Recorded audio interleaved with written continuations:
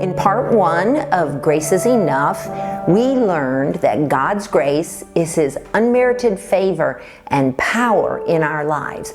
Grace is the power of God to save us and the power of God to keep us. So God's grace is God's power, and God's power is always enough. Whatever struggle we have in our lives, His grace will see us through to victory. He will give us the ability to endure the most difficult times. He will give us the power to overcome. Grace is the power of God to save us and the power of God to keep us. Today, I want to share about a difficult situation in my life that I went through, where had it not been for the grace of God, I would have given up. In 2001, my husband Joe and I founded Grace Fellowship Church. I'm a pastor, an elder, I preach, and I minister alongside of Joe. However, just because I was a woman, I encountered constant resistance, rejection, dishonor, and disrespect. I remember the first time Joe and I did a marriage seminar for a group of elders and their wives in 1995. This was before we started Grace Fellowship Church.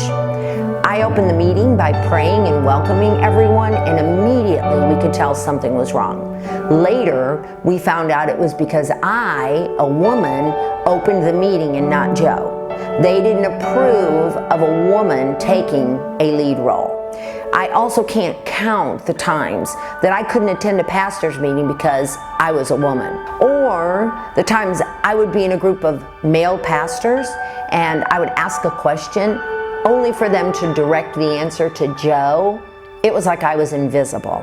Not to mention, I stuck out like a sore thumb in a group of all men. Then there were the times people felt they needed to tell me that they loved Joe's preaching, but they wouldn't attend if I was preaching because they didn't believe in a woman preacher. Listen, I understand that people have different interpretations of the Bible regarding women in ministry, and I really do respect that. But these things that I went through were so difficult. And the most difficult, actually, was my husband's resistance to me. Joe was raised in a Baptist church, and as a result, he really struggled with relating to me as a woman pastor and leader. This really caused a lot of tension between us. Thank God we've overcome most of that. And if you want to know more about it, you can read it in our book titled Leading Side by Side, which is available on Amazon. So when I say that I am sitting here today by the grace of God, I mean I'm sitting here by the grace of God. God's unmerited grace, His enabling power, has kept me. And His grace will keep you too, because His grace is enough. No matter what, His grace is always enough, and God's grace will bring you through standing up.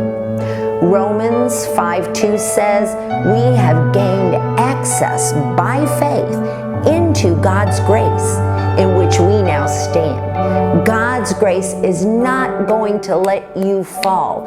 God's grace is not going to cause you to barely make it.